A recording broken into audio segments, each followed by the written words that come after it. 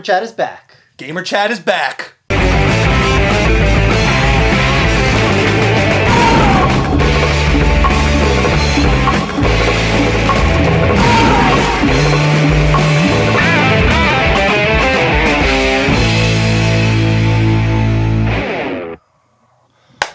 Welcome back to our show, folks. We're Epic Handshake, and we are now moving on to our Gamer Chat section.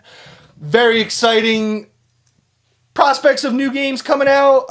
We'll definitely... New games that have come out. New games that have come out.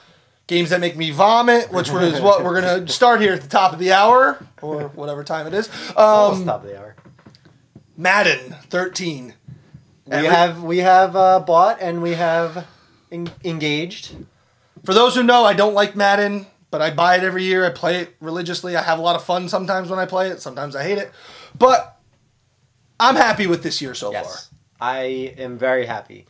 It's very buggy. Oh, very buggy. But it's much smoother. Mm-hmm. And even though it's buggy, I feel like they really changed it to try and make it more realistic this year. I agree with that. I definitely agree. The big thing that they talk about while you're, the load screen's going is the new tackling. Yeah. In game, it looks really good. Guys will bounce off and then fall the right way. Right. But going back to that buggy thing is... Sometimes you end up in a pretzel. Yeah. And just, no. Like, people just lay there because the computer can't sort them out to get back up. Yeah. But again, that's just, a funny thing to watch. But it doesn't ruin your experience at all. Right. I think the tackling looks much smoother. Running is much harder, yes. I feel. I think it's more realistic, to be honest. I mean, you have to find the right hole. And that time, there were no holes. Commentary. I like it. As we predicted, is much. I didn't see Matt Flynn many times in Green Bay. A little bit, repetitive at times, but as always, they can't cover everything. But it's such a nice change. The Seattle Seahawks, and we'll find out if this guy is an elite quarterback or not. I really think they should. Baseball games do that. Yeah. So I don't understand why. Version. Anyways, but let's just keep running down the line. Passing. I think certain aspects of passing have gotten much better. You were able to control your passing to a certain degree in years past, but this year, it really responds. Mm-hmm. Where you put your directional pad, it really responds to throwing it, to leading your receiver that way. And that simulates that bond that quarterbacks and receivers have. They know, hey, all right, I'm going to head fake you a little bit and go inside, and it's wide open. My favorite thing to do is when the cornerbacks are playing bump and run. They'll be up in the line, they'll bump them, and then your receiver will go around them, and he'll have like a split second of good separation. Mm-hmm. And you just fire it right to him at that second, and it's impossible for the D-back to stop.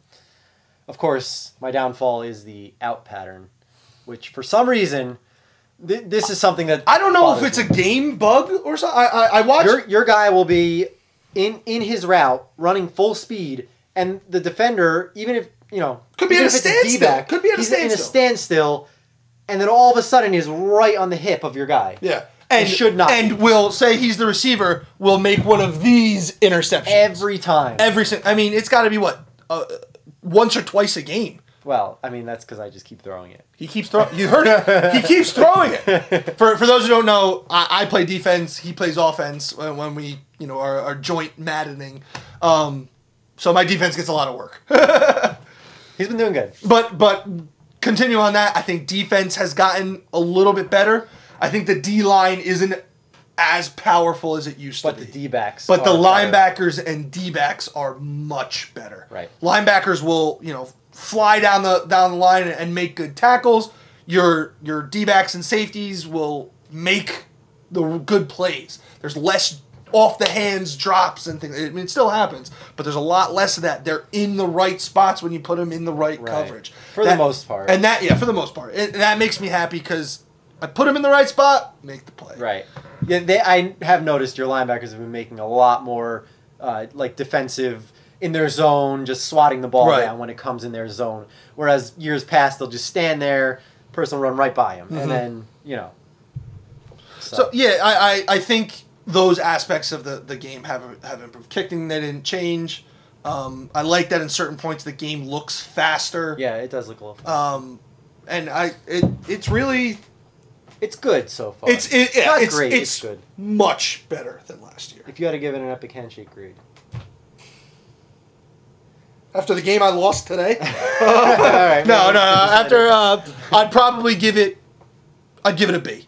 I was going to say B-. Okay, yeah. I think the bugginess and still some of the Madden, like, freak stuff that happens takes away from it. You know what? I'll agree with the B- because it still has that fact of, did the programmers play it? Like, did you play this game? Like, some things are like, I'm actually creating this game. I'm going to change that because it's bullshit. Right. You know, but I'll go with B-. But overall, it's actually a solid game, So to switch gears, though, I hear there's a new game in town, which he's... Something that's been consuming my life. And will hopefully be consuming Dan's soon. Once I get my paycheck. No, it's free to play. Free to play, but you're still going to buy the game. Yeah, it's like any game. So it's come out this past week, Guild Wars 2. Now, I've been looking for an MMO to play.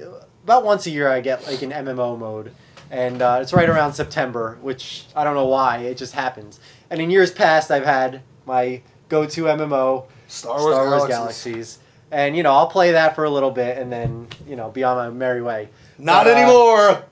Yeah, but they decided to cut that game off thanks to the new awful Star Wars MMO. Womp! Which was a complete failure in my eyes and really ruined one of the great games of all time. Do you know, I was playing Star Wars Galaxies since 2003, and I was still only level 60 of 80.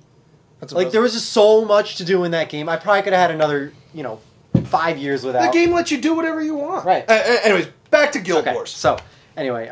Give me the gameplay. Give me the rundown here. So, it's much different than any other MMO you've played. There's no questing system. Ooh. There is, but they hide it very well. Okay. And it does not feel like... You're not going to have a long list of quests to do. Like, oh, I have to just finish these quests because I'm in the area. I need to go kill 30 bears. Right. You don't have to do that at all. That's nice. That's a good change of pace. They make the game more about exploration and just doing what you want. Really, it's you can level up by killing things. You can level up by just exploring. You can level up by doing the quests that are there. Mm-hmm. And the quests that they do have, they try and make them dynamic. So, you know, you're running along, and then all of a sudden, you know, you hear something. There's a stampede of Minotaur that's happening near you. I can't believe my eye. A Minotaur. So they'll tell everyone in the area, you know, in the near area, and so everyone that's playing will flock to that area and complete the quest together. Is that PvP? No, that is your PvE.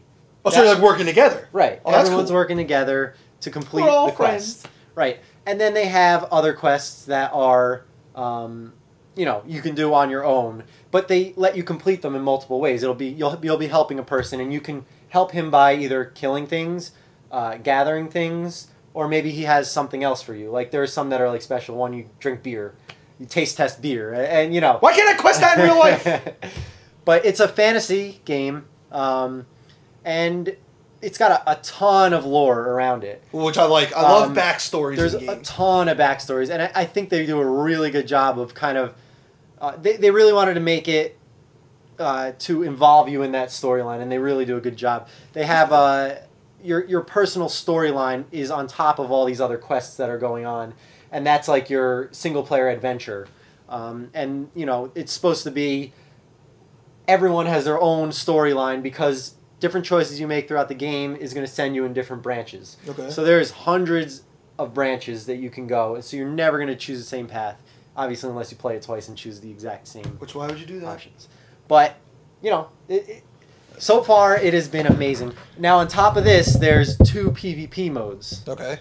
One is regular PvP, which is just capture the base, basically. Capture the different bases. Whoever holds the most points for the most amount of time wins the match.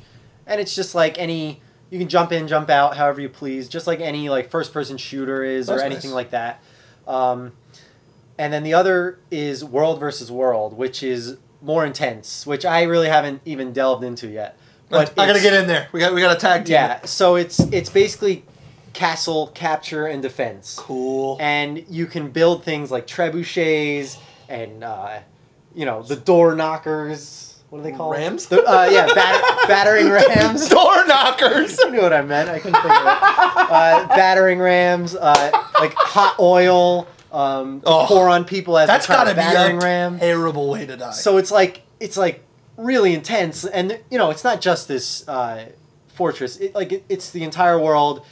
The different things you do will get more points for your, and it's actually server versus server. Oh, that's nice. What they mean by world versus world is server versus server. You'll get these huge games of people. Right. It's just crazy amounts of people, you know, and there'll just be 50 people defending this one base versus 40 people attacking this base, people building trebuchets and all this other stuff. Trebuchets are a version of a catapult, for those who don't know. We're going to make one. Door knockers. Ball flingers. So... I don't know. I was showing you a little bit of it last night. I saw Was a there little bit. anything else? I am going to pick it up. So future gamer chats will have my take on it. It won't be a whole big segment. Right. But you know, I'll compare. But one thing that there was something else I want to say. Makes me hesitant about it is how is it different than World of Warcraft? MMOs are all reaching for the champion World of Warcraft. You know, I don't think they actually are. I mean, the game is free to play, besides buying the $60 game, which is the same as any game. There you go. It's the same as any game you buy. It's the same as you played on Madden. Yeah. Paid for Madden. And, you know, I've already gotten my hours worth. I mean, some of these games are 4 hours long and you pay $60 for it. I've already got my... That's a good thing with MMOs. That's, you know, right, and since it's free, you know, they have their little in-game store. You can pay money to buy, like, funny hats or, you know, stuff like that. But, you know, everything you want to do is free. It's just these extras that you can buy if you really want to spend the money. And that's how they're going to make that's their model to sell the game. Something that makes it, you know, different than other MMOs, like I explained, the questing system, which is, it's more...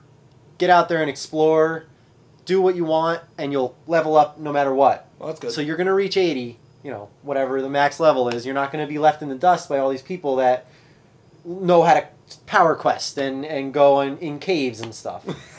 I never really got into that stuff with my other MMOs. I think that was a big slowing point. I was a heavy World of Warcraft player. Right. Big time. But I started getting tired of the game when... It became almost a job. Right. Hey, you can't go out on Tuesday night because you need to be in this raid going to Molten Core. Right. And I was like, whoa, really? And these people are getting pissed off at me that I'm not in this raid. Well, that's the end of the game. That's what you're supposed to do. I'm like, that's not really a game then. You know, I don't want to do that. Right. You know, I'm going to get kicked out of my guild because I miss 2 raids a week. You know, that's ridiculous. I don't understand how people can do that. And I know people that do that. You know, I'm not going to do anything. I can't go out. I can't go to the bar. Can't go see a movie because I'm raiding. Yeah, that's... I mean, I'll never get like that with a game, but... That's just ridiculous. I don't think people that's get fun. over obsessed with things. I don't think that's fun. But 3 other quick things about the game that set it apart, really. The fighting is so fluid. Normally in these games, you sit there, you cast your spell, or you shoot your bow. You stand there and just stand there. Yeah. This game is like they tried to really make it like an action. You're involved in the action the whole time. You have evade buttons. You can dodge out of the way of attacks and evade them. You can run around as you're casting your spells or as you're shooting your bow. Oh, that's cool. Also, they do not cast you into a role. You're not a healer, a tank, whatever. You know, damage per second. Like that. There's no roles. That's good. Any class can play any role. If you want to be a warrior and be a healer, you can do that.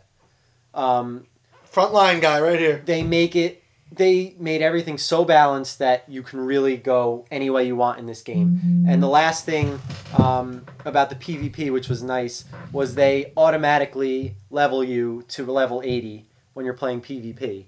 So everyone is balanced. Everyone has the same weapons. So it really comes down to more skill, which makes it more fun in my opinion. More strategy too. That's cool. Strategy and skill, right? Cool. So And what was the third point? those were the 3. Did I only do 2?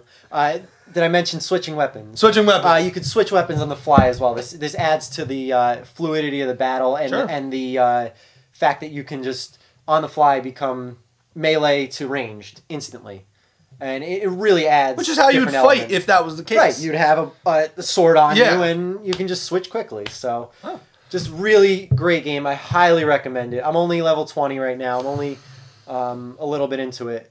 One last thing. They do a lot of level scaling where they'll scale your levels down.